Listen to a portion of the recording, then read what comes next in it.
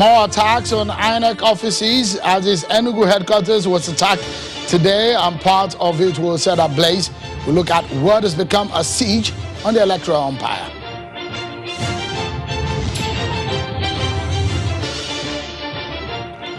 And the PDP governors today make demands of President Buhari, which includes state policing, amendment of the constitution, and fixing the insecurity problems.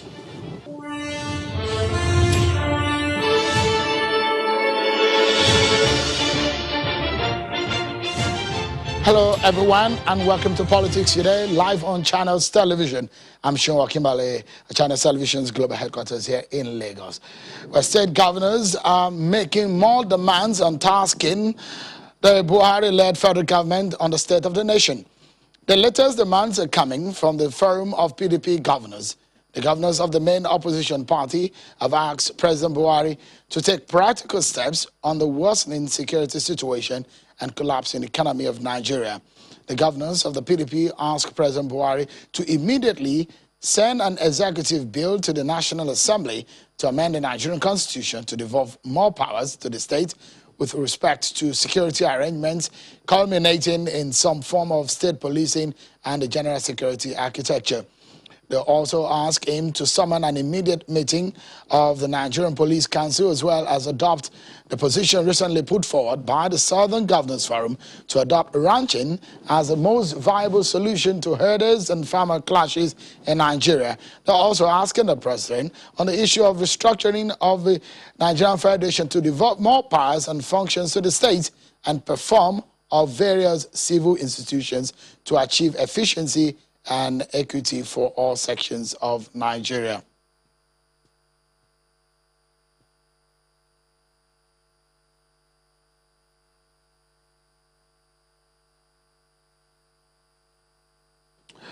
We have some breaking news right from you on Channels Television. We understand, according to the EFCC, the EFCC says it has made an arrest of the former Kwara State Governor Abdul Fattah Ahmed, who, according to the anti-graft agencies, that is currently being grilled by a crack team of operatives at its headquarters at the EFCC in Jabi, Abuja. The FCC says that it has, Mr. Ahmed arrived at the FCC headquarters at about 10 a.m. today, May the 17th, 2021, in response to the invitation extended to him by the agency, and for the past 7 hours, he's been in the interrogation room writing statements.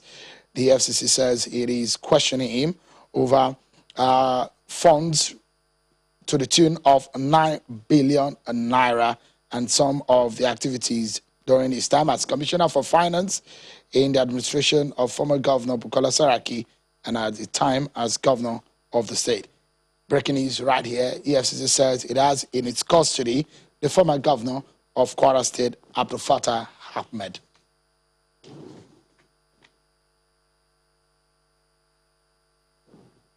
We have some more stories for you on our political roundup.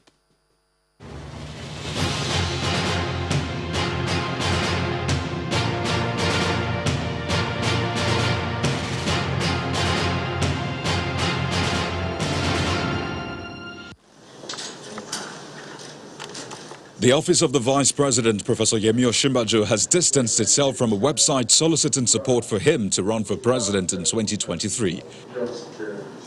The Vice President says he is not in any way connected to this website or the group behind it and considers such an enterprise an unnecessary distraction.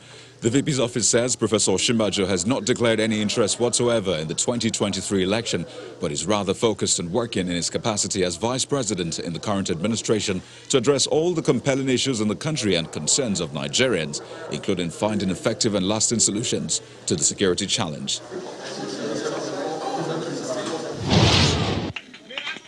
The state. The governor of Bayelsa State, Senator Doye Diri, says the Ijaws are not seeking secession from Nigeria, but are advocating for a country where fairness and equity is truly upheld. This comes on the heels of the statement by the president of the Ijaw Youth Council on the ultimatum it issued to the federal government based on its demand for it to immediately constitute the board of the Niger Delta Development Commission. We have talked about a Nigeria where Nigeria itself will recognize that Ijaws form the fourth largest ethnic nationality in Nigeria. The House of Representatives says it will hold a 5-day security summit next week. This was disclosed by the Speaker of the House of Representatives during a public hearing on the Armed Forces Support Trust Fund.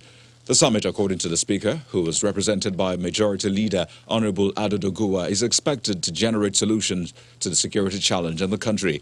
The Speaker is also of the opinion that the Support Trust Fund for the Armed Forces will go a long way to adequately equip the military to better tackle the security challenges. It is important to state that this bill has been designed in such a way that there will be no direct financial burden on any Nigerian or businesses. And the Conference of Nigeria's Speakers of States Houses of Assembly is calling on the federal government to grant financial autonomy to states' legislature to enable them gain independence to perform their statutory functions and responsibilities without limitations. Chairman of the conference, Speaker of the Bauchi State House of Assembly, Abubakar Suleiman, made the appeal in Lokoja, the Kogi State capital, during a courtesy visit to Governor Yaya Bello ahead of their extraordinary meeting in the state.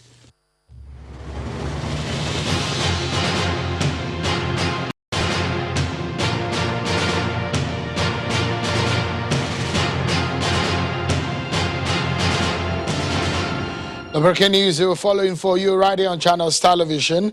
The EFCC says it has in its custody grilling him over activities during his time as Governor and Commissioner for Finance in Kwara State, the former Governor Abdul Fattah Ahmed, who the agency says it has invited and is being questioned over funds up to the tune of 9 billion naira, which sources said were allegedly diverted from the coffers of the Kwara State government during his tenure as governor of Kwara State between 2001 and 2019, and on his time as commissioner for finance in the Bukola Saraki administration.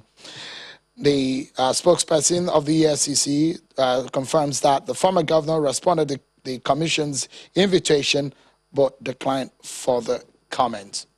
So we stay on that story for you. And let's get to conversation for tonight. The Independent National Electoral Commission, INEC, has been hit severally by different attacks in the last few months. And it has grown, that set of attacks, grown to a worrisome point. The latest attack is on the Commission's facilities at the Enugu State headquarters on Sunday night. The Commission has raised concerns about the spread of attacks on the Commission's facilities around the country, which it says portends danger to national electoral activities. In dealing with these challenges, INEC is holding an emergency meeting with resident electoral commissions on Wednesday this week. That's going to be 2 days' time. Take a look at some of the attacks since 2019 and some of the states that have been most hit by some of these incidents.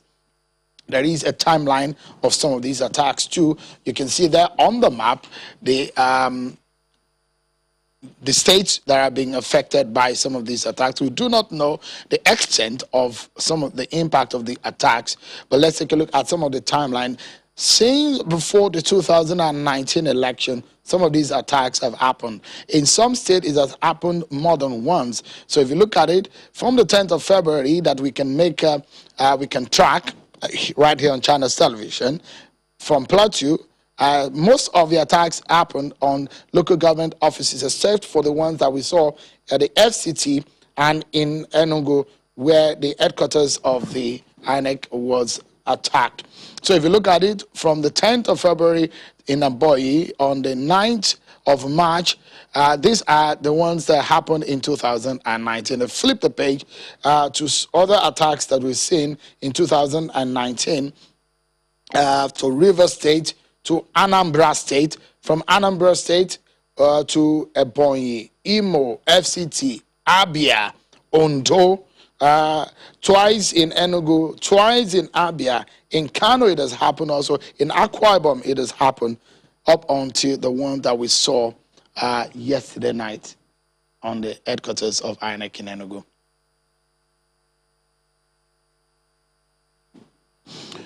Let's speak with INEC's National Commissioner in charge of voter education and publicity, Mr. Festus Okoye, who joins us live from our Abuja studio. Thank you so much, Mr. Okoye, for your time. This is worrisome, isn't it? First and foremost, on the preliminary, what has INEC been able to gather that is behind these attacks? Well, some of these incidents you are talking about occurred at different periods and at different times.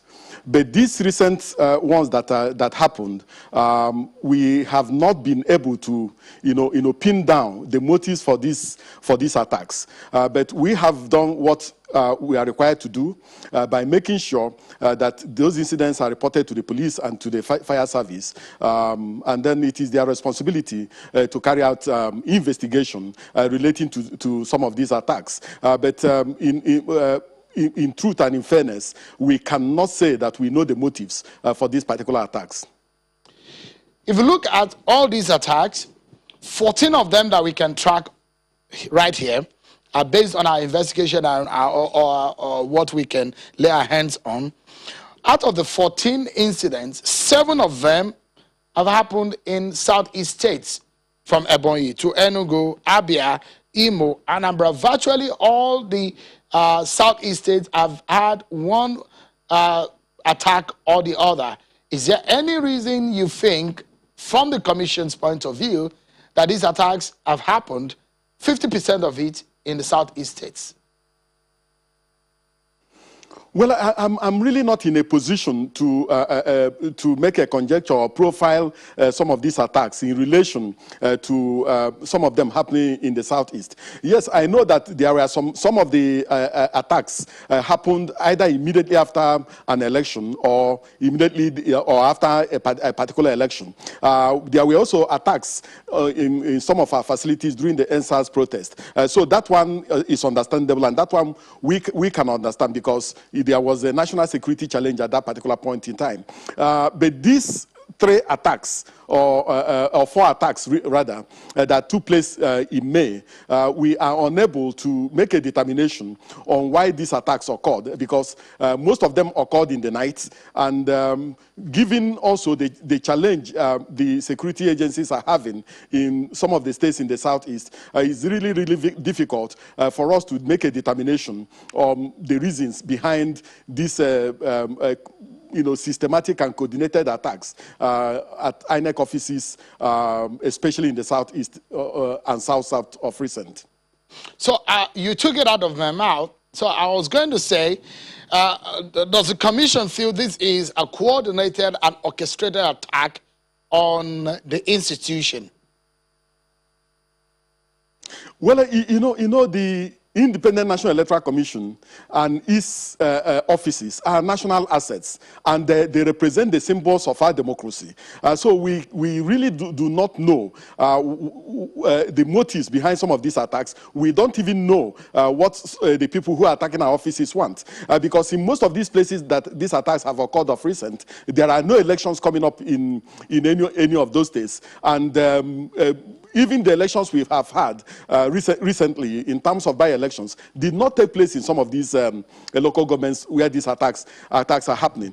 So what we have done is to invite all the resident electoral commissioners in all the states of the Federation, including the Federal Capital Territory, to come to Abuja on Wednesday for us to review and see whether we can make any sense out of these attacks. And then thereafter, we'll also meet on Friday with the Interagency Consultative Committee on Election Security, so that we can map our strategies and tactics on how to safeguard our facilities, because so many of the items in our local government offices are not things that you can purchase off the shelf. And we just finished auditing of the materials we have in all the 774 local governments, preparatory to some of the off-season elections, and also preparatory to the 2023 elections. We want to know what we have, we want to know the shortfalls, and also know what to place order for, and also do budgeting and get the funds appropriated for them. So for us, we don't know the motives, and it's a huge setback on our preparations for some of the off-season elections we have and the 2023 election. All right, Mr. Okoye, please stay with us, because we know that there is an election coming in November. That's in Anambra. So when we did our analysis right here, and we look at the impact of some of these attacks on the Southeast, when you're having off-season elections, you always deploy from surrounding states, which means that you will deploy from surrounding states to Anambra. What effect would this have on the election, the governorship election in Anambra? But we take a break. When we come back, you will be telling us more the fear of these attacks on INEC and our elections. Don't go anywhere, everyone. We'll be right back. Thank you so much, everyone, for staying with us right here on Channels Television. The fear that INEC might be under siege, considering the kind of attacks that we have seen in just about 2 years. There's about 14 attacks on INEC offices across the country. 7 out of those attacks happened in the southeast region of the country. Take a look at the map there again for you to see some of the states where we've seen these attacks happen. From Anambra to Ondo, Rivers, Plateau, Imo, Ebonyi, FCT, Abia, twice in Abia, twice in Enugu now, Akwa Ibom and Kano State. These are the states that have had share in some of these attacks. And the timeline we've shown you right here on when this started. We have been seeing this from the one that we saw in Plateau up until what happened yesterday night in Enugu, the attack on the headquarters of INEC there in Enugu. If you flip the page so that you can see how these attacks have come over the past few months. INEC's National Commissioner in charge of voter education and publicity, Festus Okoye, is being a guest tonight on the program, giving insight on the fear that we have that if these attacks continue, what are the impact on our elections? Thank you so much, Mr. Okoye, for joining us. Before I allow you to answer that question that I prepped you before we went on that break, I need you to probably give us a sense of the impact of some of these attacks. One of the attacks is on your data processing center in the FCT. So it means a lot for your data, the data that you have been putting together over the years. Give us a sense on how much INEC has lost, or what is the level of impact of these attacks. Highest being 10, lowest 1. What is the range of this attack on INEC? Well, in relation to some of these attacks and their implications, you know, at the base level, at the local government level, the electoral officers serve as more or less as managing directors of our elections, because we don't conduct elections at the INEC headquarters. It is at the base level that these elections are conducted. You also know that we just finished verification relating to expansion of voter access to the polling units. It was at the various local government offices that these things were coordinated. They coordinated the georeferencing of the old polling units and the new polling units, and they'll deploy their officers to all the places where we carried out movement of voting points into full-fledged polling units and relocating them. The local government offices also will be the ones who are going to coordinate and carry out the continuous voters registration that we commence on the 28th day of June 2021. And for Anambra particularly, because of the elections coming up, we want to deploy more machines to Anambra State for purposes of capturing those who are now eligible to register and those who have registered before and have a few challenges, because we have to register them, print their permanent voters cards, and then after some time stop and resume after the elections. Now, if you attack our local government office, you are attacking our capacity and capability of conducting elections. This is because in most of the places where we keep core members for them to deploy at the first light, they don't have electricity. So we buy generator for every registration area. And some of these generators are in the local government offices. Our ballot papers and our ballot boxes and cubicles are in those offices. And so many of our both sensitive and non-sensitive materials are in those offices. So when you displace the commission, the implication is that the commission may have to go and look for a rented house. And when the commission goes to look for a rented house, you don't know the political disposition or inclination of the landlord of that particular office. You may just come on election day and find out that your office is locked. And there's absolutely nothing you can do about it. So we are worried that our preparations are being distracted and distorted, and we are also worried because some of our officers are now living in fear in relation to what is going on, and that is what we want to discuss with resident electoral commissioners and discuss with representatives of the various security agencies who are in the interagency consultative committee on election security. In relation to the incident in Kano, we told the nation that most of our sensitive materials are offline, so most of the data are also offline,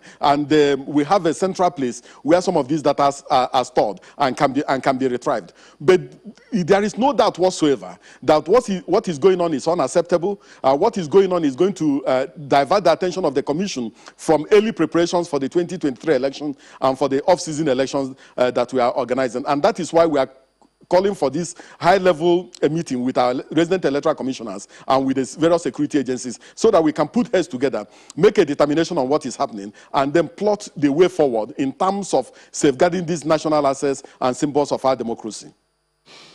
So we want to get it clearly, Mr. Okoye. Are some of your voting materials, like the capturing machine, the PVCs, are they lost in some of these attacks? Will Anambra election be affected in any way?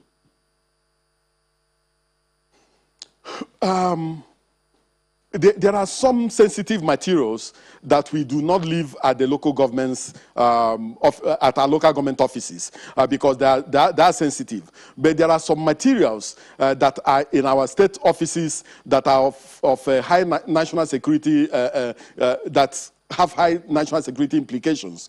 So we are worried about some of these materials, especially our smart card readers and other sensitive electronic equipment that we use for either for voters registration or for or during election itself. But at the base level, at the local government level, what we have mostly at the local government level are generators, voting cubicles, ballot boxes, and also other materials that are used regularly for election. Some of them are stored at the various offices. So what is going on will definitely affect INEC's preparations. For one of the offices that was recently attacked is a prototype office that has just been renovated. Now all the officers have been displaced. All their tables, all their equipment, in terms of photocopiers, in terms of laptops, in terms of desktops, have all gone up in flames. And these are things that we are purchased with taxpayers' money.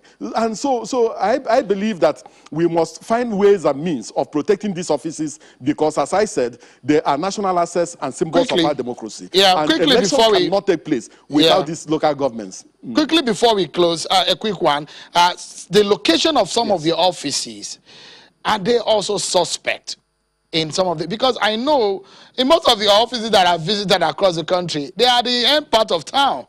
Could this also be the reason? Are you thinking of relocating your offices into to the inner part of town? Well, that is part of the things we are going to discuss with the resident electoral commissioners. But you see, most of these the places where we have some of these offices, we have lands allocated to us either by the state government or the local government. So it is where they give us that we build. But in some of the places, our offices are located in very, very good places. But there are a few of them that are located in places that are slightly far removed from the town.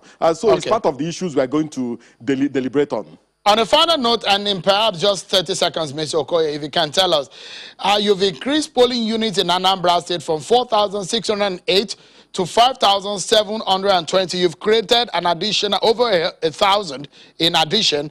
Will they be active? Will they be activated for the governorship election in November?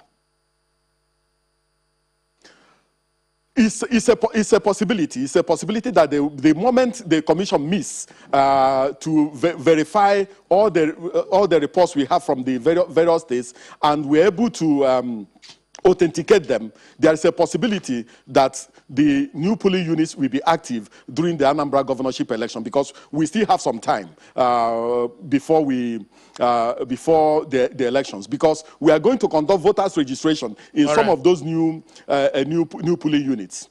All right. Mr. Festus Okoye, the National Commissioner of INEC in charge of voter education and publicity, thank you so much indeed for the insight and some of your the thought that you've shared with us. Thank you so much. And it's unfortunate what is happening to INEC. Thank you so much indeed for your time. And that's our show for today. But before we go, the breaking news that we are following for you. The EFCC told us that the former governor of Kwara State, Abdul Fattah Ahmed, is in their custody and is being questioned over funds to the tune of about 9 billion naira. And he's supposed to be answering questions about these funds on activities relating to when he was in office between 2011 and 2019. Thank you everyone for watching. I'm Sean Akimale. Bye for now.